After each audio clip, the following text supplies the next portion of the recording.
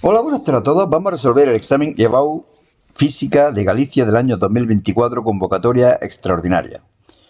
La primera pregunta dice: responda indicando y justificando la opción correcta. Un satélite se mueve en una órbita estable alrededor de un planeta.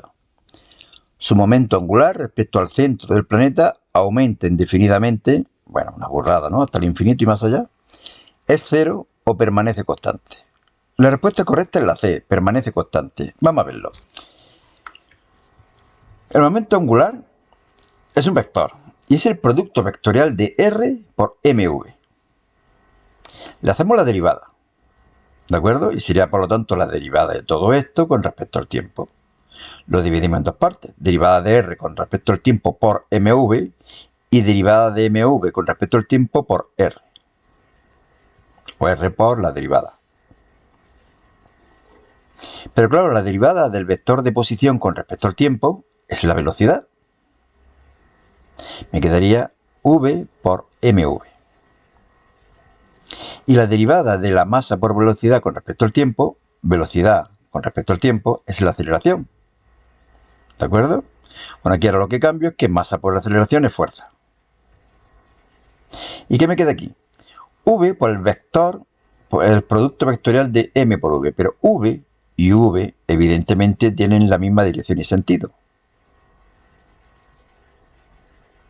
Y por ello, como tienen la misma dirección y sentido, el producto vectorial es cero.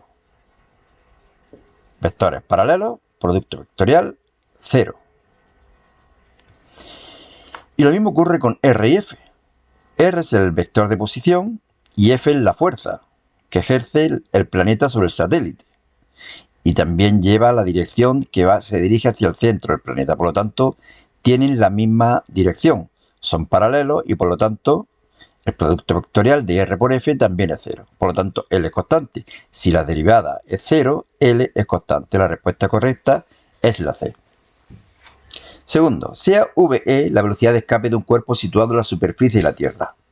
La velocidad de escape del cuerpo, si éste se sitúa inicialmente a una altura medida desde la superficie igual a 2 radios terrestres, si la altura es 2 radios, la distancia hasta el centro de la Tierra será 3 radios. Bien, pues la velocidad de escape 1 sería gm partido r, raíz cuadrada. La velocidad de escape 2 sería gm 3r, raíz cuadrada. Sacamos el 3 fuera y me quedaría 1 partido raíz de 3 de velocidad de escape 1. Por lo tanto, la respuesta correcta es también la C. Responda indicando y justificando la opción correcta.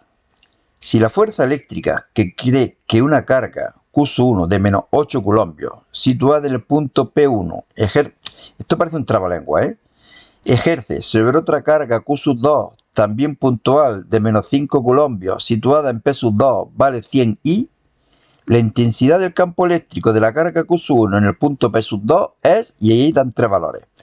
Bueno, la verdad es que esto hay que leerlo unas 527 veces para enterarse de lo que nos pregunta. Lo importante es que sabemos que el vector fuerza es igual al valor de la carga Q2 que sufre el campo magnético, el campo eléctrico E. Pero es que me dan el valor de la fuerza y me dan el valor de la segunda carga. Por lo tanto, vamos a poder calcular el valor del campo eléctrico vectorialmente. Y resulta ser menos 20 I Newton Coulombios.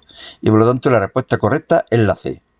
Pero la verdad es que hay que leerlo unas 1284 veces para enterarse de la pregunta. Segunda, dice: una espira se coloca perpendicularmente a un campo magnético uniforme. Perpendicularmente. Por lo tanto, flujo magnético máximo. ¿En qué caso será mayor la fuerza electromotriz inducida por la espira? En la espira, ¿no? A. Si el campo magnético disminuye linealmente de 300 militeslas a 0 en un milisegundo. B. Si el campo magnético aumenta. Si aumenta o disminuye igual. Lo que importa es la variación. Aumenta linealmente de 1 tesla a 1,2 tesla en un milisegundo. C. Si el campo magnético permanece constante. Si el campo permanece constante, evidentemente no hay fuerza electromotriz inducida. Tiene que haber variación en el flujo y por lo tanto vamos a considerar las dos opciones primeras, la A y la B, a ver dónde es mayor la diferencia de campo magnético.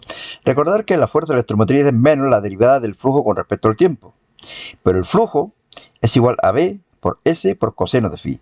Phi no cambia y S tampoco cambia, por lo tanto, ¿de qué va a depender que haya una mayor o menor diferencia, incremento de flujo magnético? Pues de la variación que está teniendo lugar en el campo magnético. Lo vemos aquí y lo vemos aquí, en la opción A y en la opción B. La opción A, el incremento de campo magnético es 0,3. De 300 militeslas, es decir, de 0,3 a 0. Tiempo, 1 milisegundo, 0,01. El incremento es de 300. Podría haber puesto aquí las unidades, claro. Teslas por segundo. Segunda ocasión, fijaros que cambia de 1 a 1,2. Por lo tanto, la diferencia de campo magnético es 0,2. Tiempo el mismo. Es decir, 200 teslas por segundo. El tercero, 0. La mayor variación de intensidad de campo magnético por unidad de tiempo es en el caso A. Y por lo tanto, la respuesta correcta es la A. Bueno, la verdad que estas preguntas son liosas. Y no es la primera vez que lo digo. Estoy resolviendo muchos exámenes de junio y de julio para distintas comunidades. Y en muchas de ellas el examen de julio es más complicado que el de junio. Quizás sea casualidad, pero son muchas casualidades, ¿eh? De nuevo responde indicando y justificando la opción correcta. La energía mecánica de un oscilador armónico, y vamos a tener que comprobar cada una de estas opciones. Se duplica cuando se duplica la amplitud de la oscilación. Bueno, la energía mecánica es un medio de K a cuadrado. Si duplicamos la amplitud, la energía mecánica se cuadruplica. Por lo tanto, falsa. Vamos a hacer la C, que también es fácil. Se cuadruplica cuando se duplica la amplitud de la oscilación. Pues verdadero. Si estamos duplicando, a ver, la C, estamos duplicando la amplitud. Si duplicamos la amplitud, como está al cuadrado, se cuadruplica la energía mecánica. Y por lo tanto, verdadera. Y la B, que es un poquitín más complicada, dice, se duplica cuando se duplica la frecuencia de la oscilación. Fijaros que tenemos que la energía mecánica es igual a un medio de K al cuadrado, pero K es igual a M omega al cuadrado. Pero es que omega es igual a 2pi por F. Por lo tanto, me queda un medio de M 4pi cuadrado, F sub 1 cuadrado, A sub 1 cuadrado. La energía mecánica inicial. ¿Y qué nos están diciendo en la opción B? Se duplica la frecuencia. Si duplicamos la frecuencia, como está al cuadrado, se cuadruplicará la energía mecánica. Y no es lo que nos dice. Lo que nos dice es que se duplica la energía mecánica. Por lo tanto, la segunda opción, el apartado B, también es falso. Bueno, 3.2. ¿A qué distancia de una lente delgada convergente de focal 10 centímetros, por lo tanto lente convergente, se debe situar un objeto para que su imagen real se forme a la misma distancia de la lente? A la misma distancia de la lente, pero no significa en el mismo punto. Es decir, que si el objeto, por ejemplo, se coloca a 70 centímetros a la izquierda de la lente, la imagen se obtenga a 70 centímetros a la derecha de la lente. Por lo tanto, distancia focal 10 centímetros y S será igual a menos S. La distancia S', que es positiva a la derecha, será igual que la S, que es negativa, pero con un signo menos. Menos por menos, más. Bueno, pues aplicamos esta ecuación de aquí. 1 partido F', 1 partido S', menos 1 partido S. Pero S' es igual a menos S. Me quedaría esto de aquí, despejo S y me queda menos 20 centímetros. Es decir, S menos 20 centímetros. Por lo tanto, la respuesta correcta es la B. Tendremos que situar el objeto a 20 centímetros de la lente. O lo que es lo mismo, S igual a menos 20 centímetros. Recordar, distancia a la izquierda negativa. Este también es complicadillo. Les digo que en los exámenes de julio lo estoy viendo casi todos más difíciles. Además, es que estas preguntas casi nunca caen así. Son mucho más normales, bueno, calcular el potencial de frenado, calcular el trabajo de extracción, cosas por el estilo. Por eso digo que son más complicados, más que por difíciles, sino por raros. En un experimento sobre el efecto fotoeléctrico en un metal se observó la correlación entre el potencial de frenado y la frecuencia de la radiación empleada que muestra la tabla. Aquí tenemos una serie de frecuencias de la luz utilizada y el potencial de frenado consecuente. Potencial de frecuencia mayor, por lo tanto, potencial de frenado mayor. Frecuencia mayor, potencial mayor, etcétera. ¿De acuerdo? Va aumentando. Represente gráficamente la frecuencia en unidades de 10 elevado a 14 Hz frente al potencial de frenado. Y razone si debe esperarse una ordenada en el origen positiva o negativa. Bueno, pues esta es la representación gráfica. Sencillamente coger una regla y nada, y dándole valores, puntitos y unir las flechas, las puntos. Evidentemente da una línea recta. Y como veis, aquí hay una ordenada en el origen positiva. ¿Qué significa esto? Que el potencial de frenado mínimo, que es cero, cuando se produce, es decir, cuando hay efecto fotoeléctrico, cuando hay una frecuencia mínima. A esa frecuencia mínima que produce efecto fotoeléctrico la llamamos frecuencia umbral. Y evidentemente tiene que tener un valor positivo. Bueno, pues eso sería el apartado A. B. Deduzca el valor de la constante de Planck a partir de la gráfica. Bueno, esta es la ecuación de Einstein. Lo que es lo mismo, la energía de los fotones, H por F, será igual al trabajo de extracción, H por F sub 0, más la energía cinética, o lo que es lo mismo, Q por potencial de frenado, siendo Q el valor absoluto de la carga. La energía cinética es igual a Q por el potencial de frenado. Voy a pasar la H dividiendo. ¿Para qué? Para que quede de una forma parecida a la que se ha representado. La frecuencia de los fotones en función del potencial de frenado. O al revés, el potencial de frenado en función de la frecuencia de la radiación utilizada. La pendiente de la recta de la gráfica que hemos tenido antes, bueno, F sub 0 sería evidentemente la ordenada en el origen. Y Q partido H sería la pendiente de la recta. Pero la pendiente de la recta es la tangente del ángulo. O lo que es lo mismo, el incremento que ha habido en la frecuencia dividido por el incremento que ha habido en el potencial de frenado. Bueno, pues en la gráfica se puede ver que el aumento, vamos a verlo, que el aumento en la frecuencia sería desde 8 hasta 4, este punto, ¿de acuerdo? Este punto tiene una frecuencia de 8 y este punto tiene una frecuencia de 4. Mientras que delta de V, la diferencia del potencial de frenado sería 1,8 y aquí sería 0,16 o 0,15 o por ahí, ¿no? 0,154. Bien, pues aquí los tenemos entonces.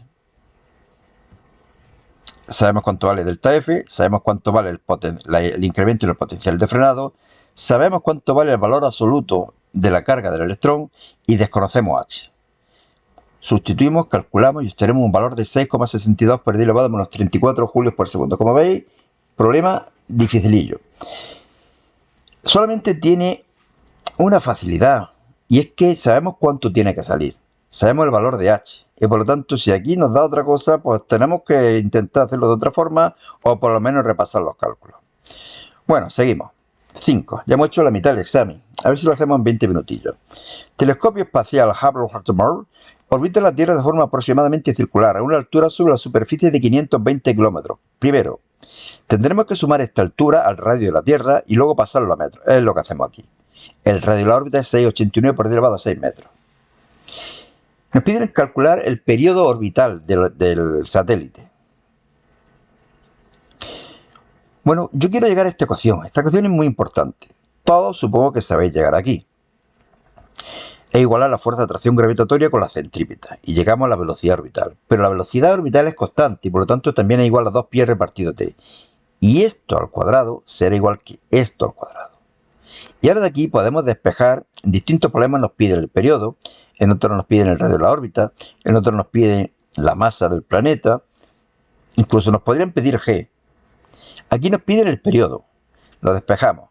Sustituimos, calculamos y obtenemos un valor de 5.689,8 segundos. La única salvedad que hay que hacer aquí es que sumar el radio de la Tierra y la altura y pasar a metros. El resto, esta fórmula me la da el problema. Me da el problema.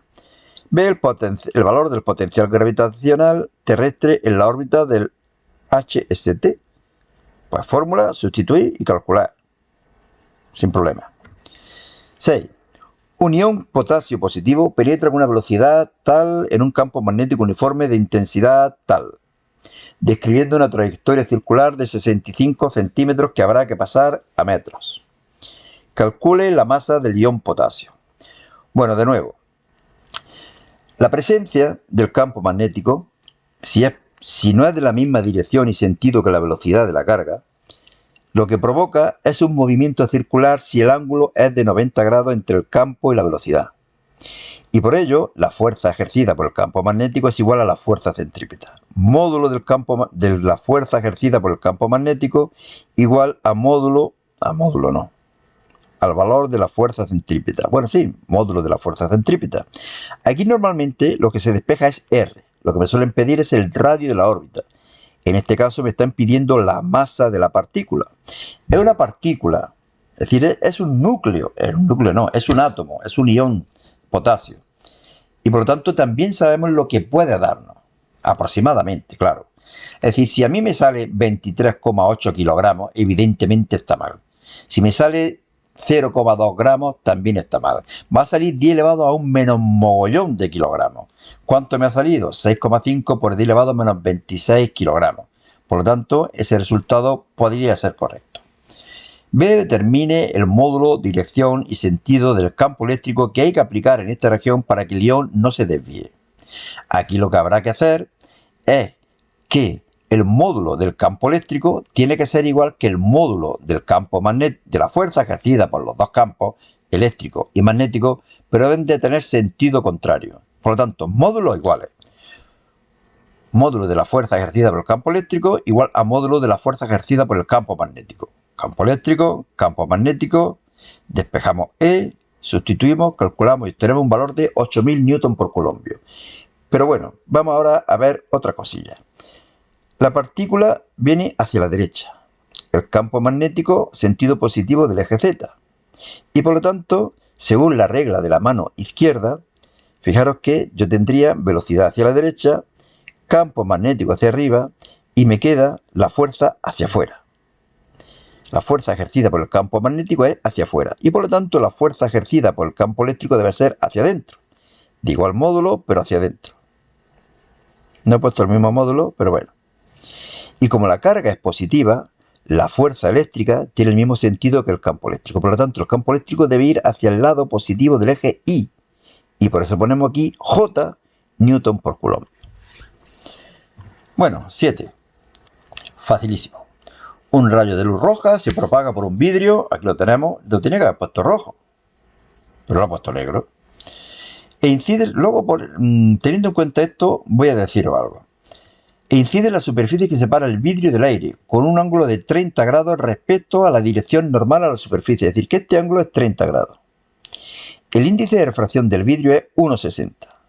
Y el índice de refracción del aire es 1. Determine A. El ángulo que forma el rayo refractado respecto a la dirección normal a la superficie de separación de ambos medios.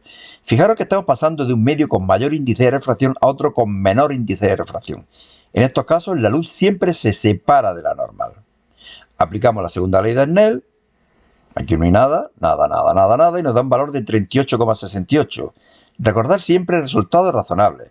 Ángulo de 30 grados, ángulo mayor de 30 grados. Va bien. 53,13, perdón. 53,13, es aquí. 30 grados, 53,13. Bastante mayor que 30 grados. El apartado B, el que estaba leyendo por aquí. Dice, el ángulo de incidencia máximo para que el rayo de la luz roja pase al aire. Lo que me están pidiendo es el ángulo límite. Y volvemos a aplicar la ley de Snell. Solamente que I, ahora lo llamo L, ángulo límite. Y R, el ángulo de refracción, será 90 grados. Es lo que tenemos aquí. Cuando la luz llega con ángulo L, el ángulo de refracción es 90 grados. Calculo L y obtengo 38,68 grados. Es decir, que a partir de 38,68 la luz rebota, se refleja y no pasa al segundo medio. Bueno, ¿por qué decía que iba a decir alguna cosilla con lo de la luz roja? Fijaros en este blog. Dice selectividadjosecuenca.blogspot.com. En este blog podéis encontrar en formato PDF todos los exámenes que estamos colgando en el canal. Lo volveré a decir al acabar el examen. Al acabar esta pregunta, que como veis es también bastante corta. En una pieza extraída de una central nuclear existen 10 elevado a 20 núcleos de un material radiactivo, con un periodo de semidesintegración de 29 años que podré dejarlo para algunos casos, para algunos apartados en años y en otros tendré que pasarlo a segundos. A. Calcula el número de núcleos que se desintegran en el primer año. ¿Qué se desintegran? Esta fórmula, que es la fórmula integrada de la desintegración radiactiva, de la ley de desintegración radiactiva, lo que me dice no es los que se han desintegrado, sino los que quedan. Aquí los conozco todos. Aquí puedo usar años, puesto que periodo de semidesintegración en años y tiempo en años se contrarresta la posible influencia que podría tener el cambiar de unidad y me da 9,76 por 10 elevado a 19 núcleos. Esos son los que quedan. ¿Cuántos se han desintegrado? Los iniciales menos los que quedan. Y me da un valor de 2,4 por 10 elevado a 18 núcleos desintegrados. B. Si la pieza es considerada segura cuando su actividad es menor de 600 becquerelios, ¿y becquerelios qué es? Desintegraciones por segundo. Por lo tanto, tendré que pasar el periodo de semidesintegración a segundo. Determine cuántos años deben de transcurrir para alcanzar ese valor. Bueno, me dan la actividad, 600. Será igual a lambda por n. N es lo que voy a calcular. Y lambda será igual al logaritmo neperiano de 2 partido t, periodo de semidesintegración. Pero yo digo que si A vienen desintegraciones por segundo, t tendrá que venir en segundos. Paso de años a días, horas y segundos. Y me da un valor de 7,92 por 10 elevado a 2 a 11 núcleos. Es decir, ese es el número de núcleos que debe quedar para que ya no sea peligroso la muestra, para que no sea peligrosa la muestra radiactiva. Sé el número de núcleos y por lo tanto voy a poder calcular el tiempo. ¿Cómo? Aplicando de nuevo esta ecuación. Solamente que ahora aquí la incógnita es t. Y ahora ya sé el número de núcleos que deben de quedar, 7,92 por 10 elevado a 11, y sé los que había inicialmente, 10 elevado a 20. Y ahora aquí sí puedo poner el periodo en años, para calcular el tiempo en años. ¿Que lo pongo en segundos? Pues me quedaría el tiempo en segundos, pero yo creo que es bastante más útil calcularlo en años en este caso. ¿Y qué os decía? Que yo estoy leyendo el blog ahora. Por lo tanto, el vídeo está a punto de acabarse explicando un examen, pero si yo avanzo en el blog, como veis, aquí tenemos ya los exámenes del año 2023. Y por lo tanto, para tener unidad de conjunto, para ver todos los exámenes, es mejor, creo, meterse en el blog que no en el canal. Bueno, pues nada más. Suerte y hasta otra.